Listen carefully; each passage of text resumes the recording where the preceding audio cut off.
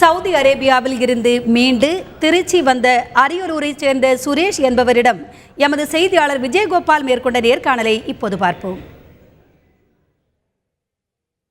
இப்போ நீங்கள் எப்படி இங்கேருந்து கிளம்பி போனீங்க? யார் உங்களை அழைச்சிட்டு போனாங்க? அங்கே போய் நீங்கள் என்ன மாதிரி கஷ்டப்பட்டீங்க? நாங்கள் வந்துட்டு கள்ளக்குறிச்சி வந்து எங்களோட ஏஜென்ட்டு எஸ்என்ஜி கனி அவர் பேர். அவர் வந்துட்டு எங்களை கூட்டிகிட்டு போய்ட்டு சம்பளம் அதிக சம்பளம் தரேன்னு சொல்லிவிட்டு எங்களை கூட்டிகிட்டு போய் வேலைக்கு கூப்பிட்டு போனாங்க.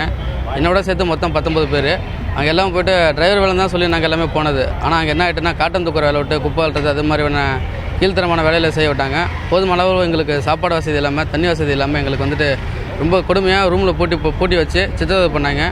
நாங்கள் வந்துட்டு போதிய ஊதியம் இல்லை, சொன்ன சம்பளம் வேறு, இப்போ தர சம்பளம் வேறையாக இருக்குது அப்படின்னு சொல்லிட்டு நாங்கள் சம்பளம் தான் கேட்க போயிருந்தோம்.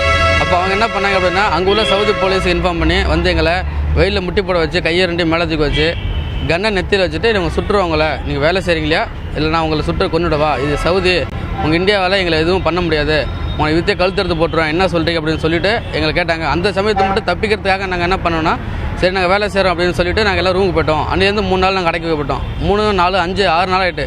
6 நாள் எங்களுக்கு சாப்பாடு வசதி தண்ணி வசதி எதுவுமே கிடையாது. எங்களோட மொபைலில் சார்ஜ் மட்டும்தான் இருக்குது. அந்த கரண்ட்டு சார்ஜ் வச்சு தான் நாங்கள் இங்கே போதுமான அளவுக்கு நம்ம தமிழ்நாட்டுக்கு இந்த நியூஸை வந்து வாட்ஸ்அப்பில் டெலிகாஸ்ட் பண்ணி எங்களை வந்துட்டு மீட்கிறதுக்காக ரொம்ப ஹெல்ப்பாக கேட்டோம். மீதி வந்துட்டு இப்போ நாங்கள் 8 பேர் வந்திருக்கோம். இன்னும் 11 பேர் இருக்காங்க. அவங்களுக்கு வந்துட்டு ஒவ்வொரு நிமிஷமும் எல்லாம் பதட்டப்பட்டு பயந்து தான் இருக்கோம் எல்லாமே.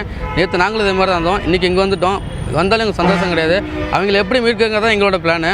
அதனால் எங்களுக்காக எங்களை மீட்டு கொடுத்த பத்திரிகையாளர்களுக்கும் மத்திய அரசுக்கும் மாநில அரசுக்கும் டிவிக்காரங்களுக்கும் மனமார்ந்த நன்றி தெரிவிக்கிறேன் சார்.